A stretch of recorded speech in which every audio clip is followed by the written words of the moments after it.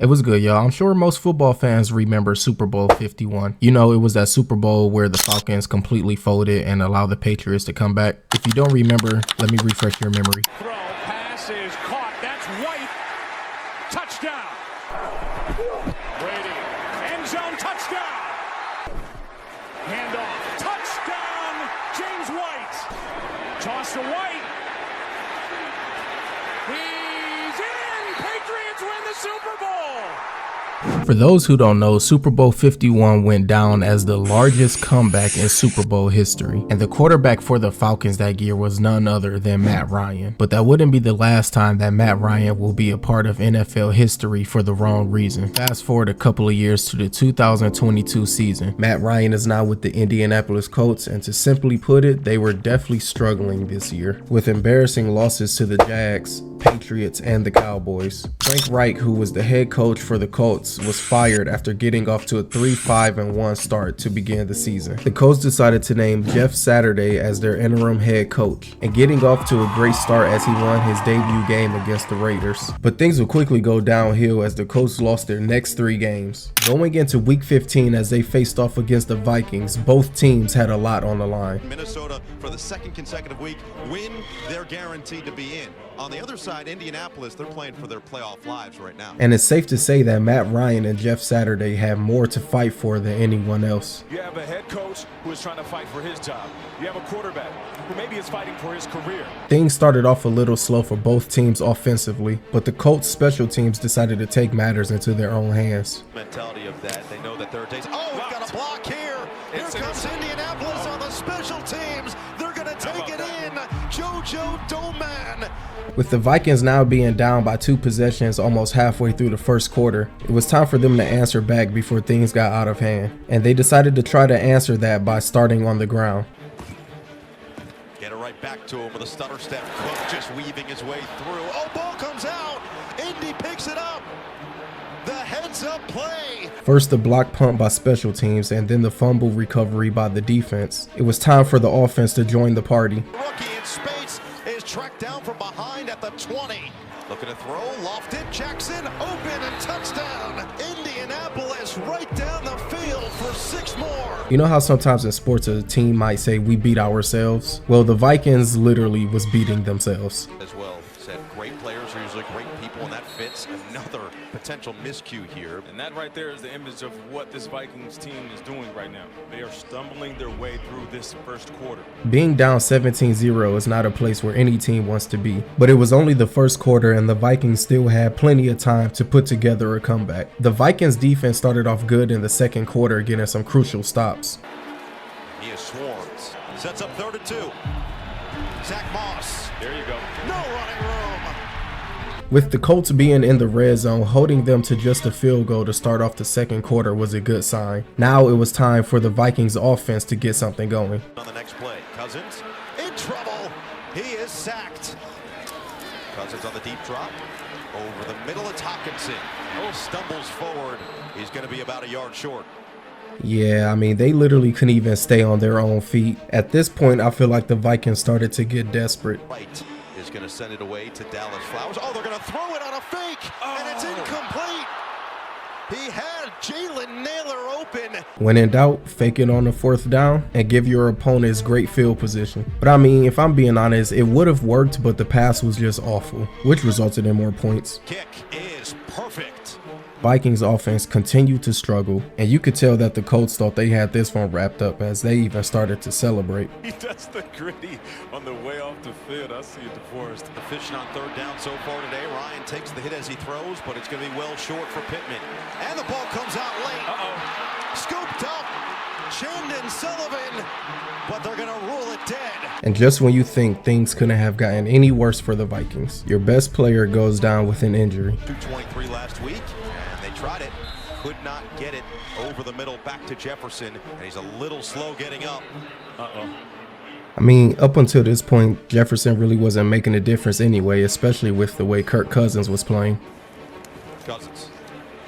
A dart intercepted, and it's going to be taken in for a touchdown. Julian Blackmon. Fans not so joyous here at US Bank Stadium. I don't even think Colts fans saw this game going the way that it was. And as we started off the third quarter, it was more of the same. Guys, he's going to tell his kids about playing with. And Kirk Cousins is going to tell his kids. Hold on it. Oh, trying to hand it off as Rieger was coming around. We know he's got speed. I'm sure at this point Vikings fans lost all hope, but there was one man who decided to put the team on his back. Deep shot. Wide open. KJ Osborne. Osborne on his feet. Inside the 10.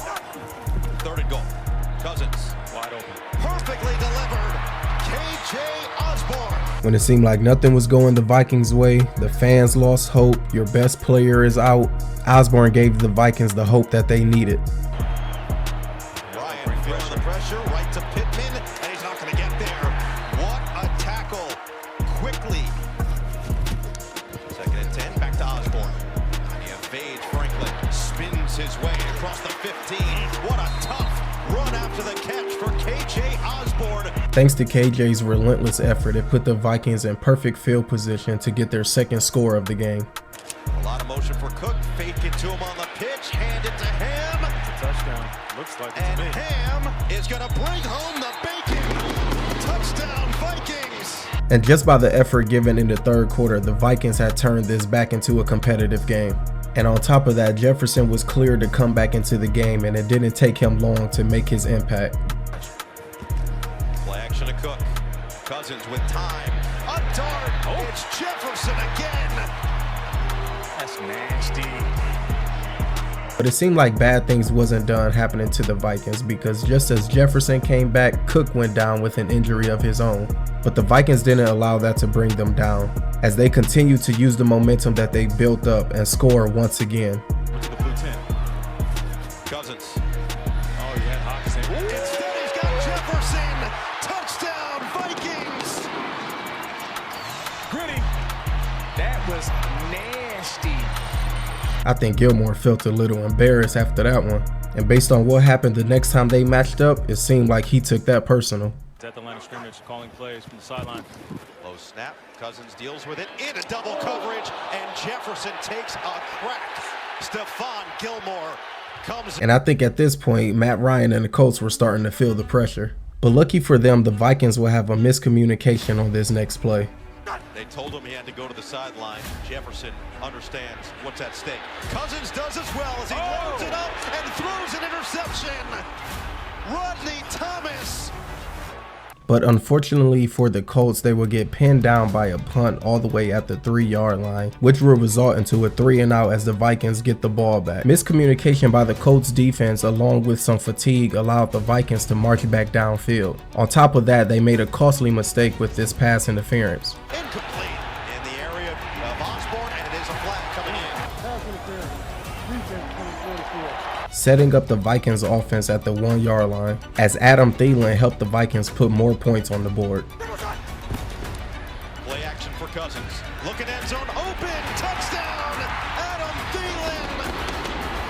With it now just being a one-possession game, the Colts still are struggling on offense as the Vikings get the ball back and they really have to score in these final 3 minutes. Cousins. That's it. Fly incomplete. Jefferson was knotted up with Gilmore, and Gilmore gets the better of the battle. Stretch and regulation. Can he do it again? 4th and 15. Cousins steps up. Cousins looking run, tripped up from behind. What a play! Diallo Dangbo. With the Vikings offense not putting any points on the board, they find themselves in a tougher predicament, still being down by 8 points but now with even less time. Their defense have to come up big, not even allowing the Colts to get as much as a field goal. In a crucial 4th and 1 situation, the Colts decide to go for a quarterback sneak. Take a look here. They did it! Vikings with a stand! Matt Ryan and the Colts offense failed to convert on the 4th and 1, giving the Vikings another opportunity to tie this game up. And as things weren't going so well for the Vikings in the air, they decided to put the ball back on the ground. No timeouts remaining. They're going to set up the screen with Dalvin Cook and let him chew up the yards. Dalvin Cook! There he goes! Dalvin Cook! Inside the 5! Touchdown! 64 yards! Cousins lets it go. He's got it. T.J. Hawkinson, we are tied. It's officially panic time for the Colts. Even though the game was tied, there was still enough time for both offenses to get downfield and get in field goal range to possibly steal this game. Ryan, Pittman, short. Sheldon's in trouble, gets away. He's going to be short again. 4th and 1 upcoming. Dio Odangbo is having himself a day. Neither team wanted to take any unnecessary risks, so they decided to play it safe and just take it to overtime. To kick off overtime, Minnesota won the toss. There. 2nd and long. Cousins. Oh, batted down. Right at the line of scrimmage. Now it's up to the Vikings defense, and if they don't stop the Colts from even getting a field goal, this game is over. They had for 6. Ryan on 1st down. Steps up, goes down. Oh, football comes out, and it's hopped on by Alec Pierce. Hit as he's thrown. Oh, nearly intercepted. I'm sure at this point both defenses are exhausted as they keep having to come up big to save the game for both sides. But then the Vikings put together a great offensive drive as they get into field goal range. And it is to the ball. It's Jefferson getting the extra yards. But wait, a flag?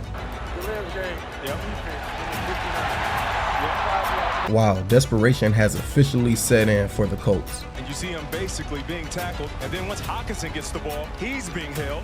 But with just one accurate kick, history will be made. And the kick It's good. is good.